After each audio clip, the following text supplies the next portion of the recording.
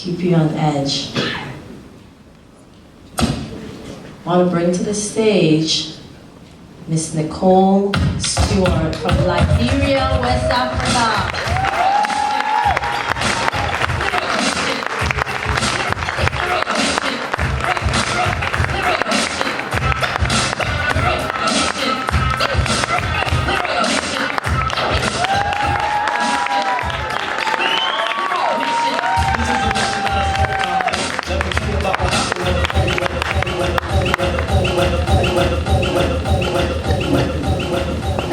The day was July 2nd, 1990.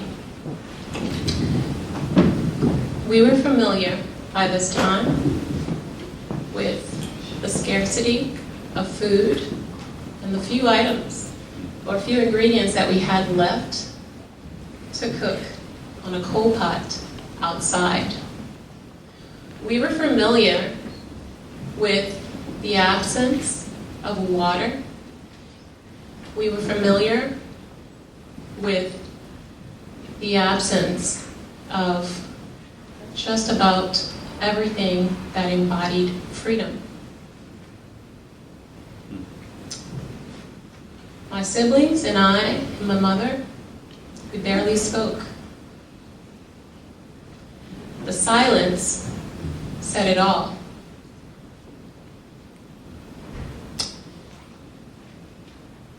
On the morning of July 2nd, we sort of would console each other and just huddle together and hope that everything would be okay during the day. At midday, my father, who had given us a few days earlier a walkie-talkie, would call on the walkie-talkie at 12 every day. There was no way to charge it, so he said, turn it on at 12, I'll call and check in, and then I will check in again the next day. So that day, July 2nd, was his birthday. We were excited to hear from him and to know if he was okay. 12 midday came. We spoke to my father. Hello, how are you? Happy birthday, Dad. We hope that you're having a great day. How could he have a great day? No one could go anywhere. No one could really do anything. That day, though, he promised that he would try to get us out of Liberia as soon as possible. He'd promised before, so it wasn't a guarantee. We went about our day in the silence that was familiar. The one thing, though, that was not familiar was the sound of gunshots being fired day after day, night after night. Who had gotten hit? Did we know them? We lived with that paralyzing fear of the unknown and of the atrocities happening beyond our front door. At night, I remember wondering where I'd hide in case our house was raided. The bathtub seemed to be the perfect spot, right? Nobody would find you there. So, at 4 a.m. on July 3rd, when there was a banging on the door, and it was persistent, never stopping. I died 1,000 times over. There was sweat rolling down my forehead. My mouth dried out immediately, and I felt like I had a million cotton balls in my mouth, ramming down my throat. Would tonight be the night that I would be raped, my sister, my mother, my brothers would be killed?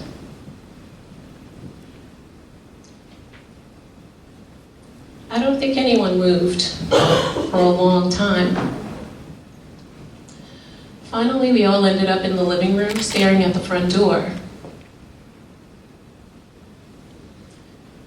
Liberia, you see, was founded by freed slaves from the US and with the assistance of the American Colonization Society.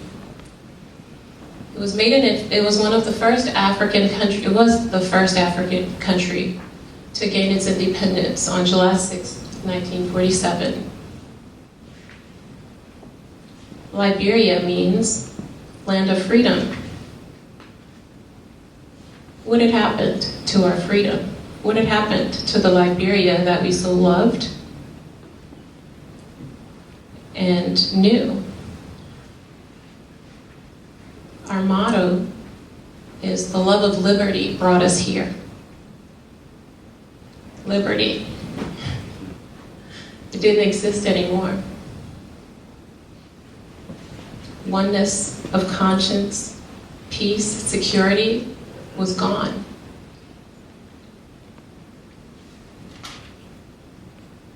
The knock continued. My older brother dared to open the door. When he opened the door, on the other side stood my father, and on either side of him, 2 Liberian soldiers wielding machine guns. We were confused. We didn't know what was happening.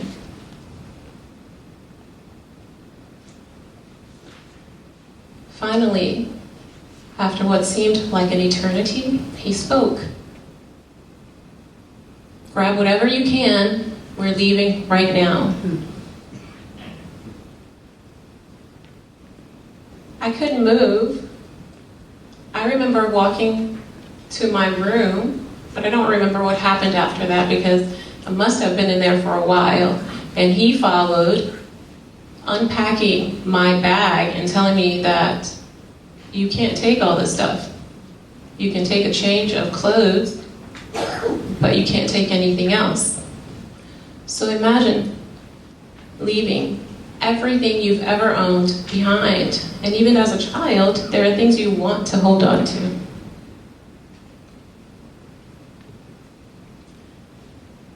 We made our way packed to the car, packed inside with soldiers on either side.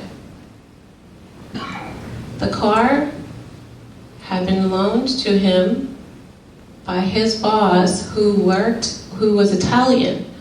And because of the war, the Civil War actually, foreigners were not being harassed the way Liberians were. And therefore, it was safer to be in the Italian embassy car.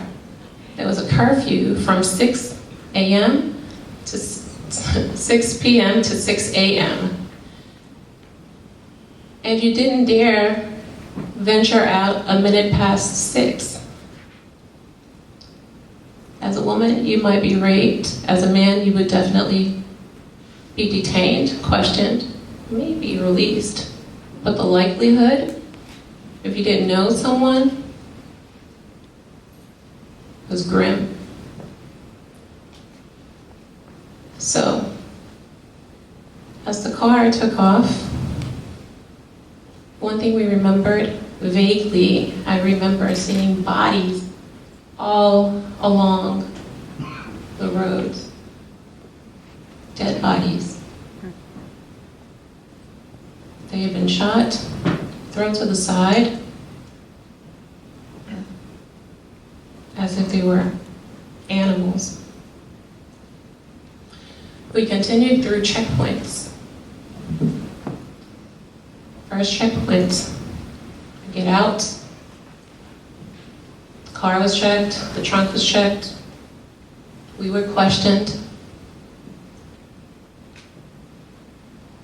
Back in through the second checkpoint, third checkpoint, a fourth checkpoint, and the fifth one. We made it through all 5 checkpoints. We got to the airport, and It was like the scene out of a Mad Max movie with Liberian soldiers racing back and forth in luxury cars on the runway.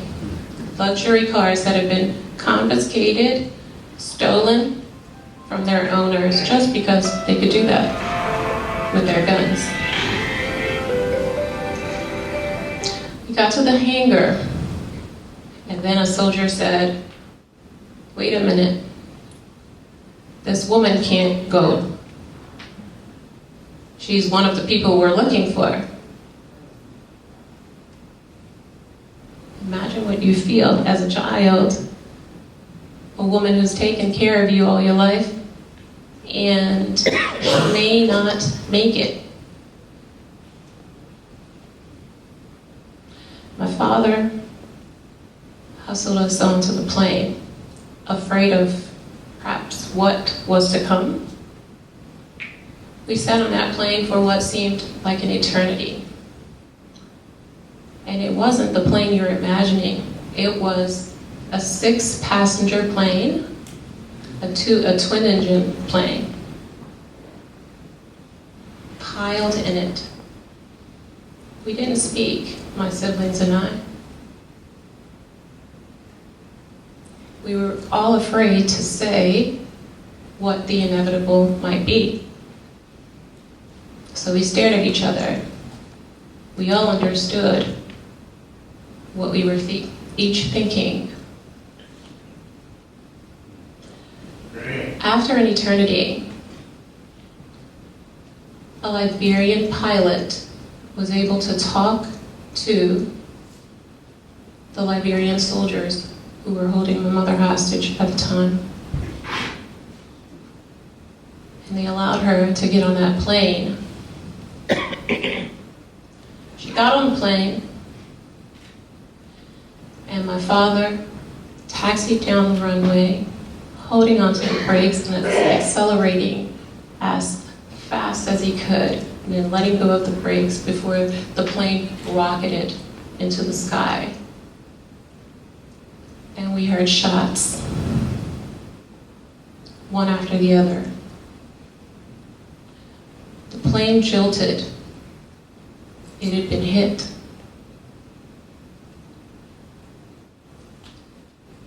My father flew above the treetops, close to the coast, to avoid any other shots hitting the plane.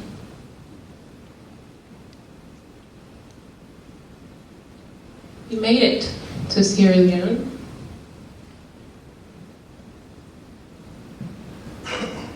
A land we didn't know. A strange place for us. The loss of freedom. Home, as we'd known it, was gone. We stayed in Sierra Leone month after month.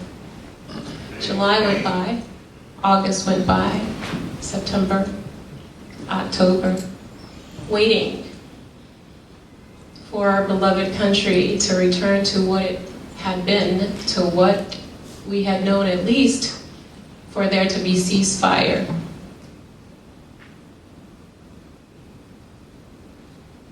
That wasn't likely. We had lost our home. We had lost everything. We realized it. We boarded a plane in December of 1990, and we arrived in New York City, in another country, promising a different kind of freedom. Thank you.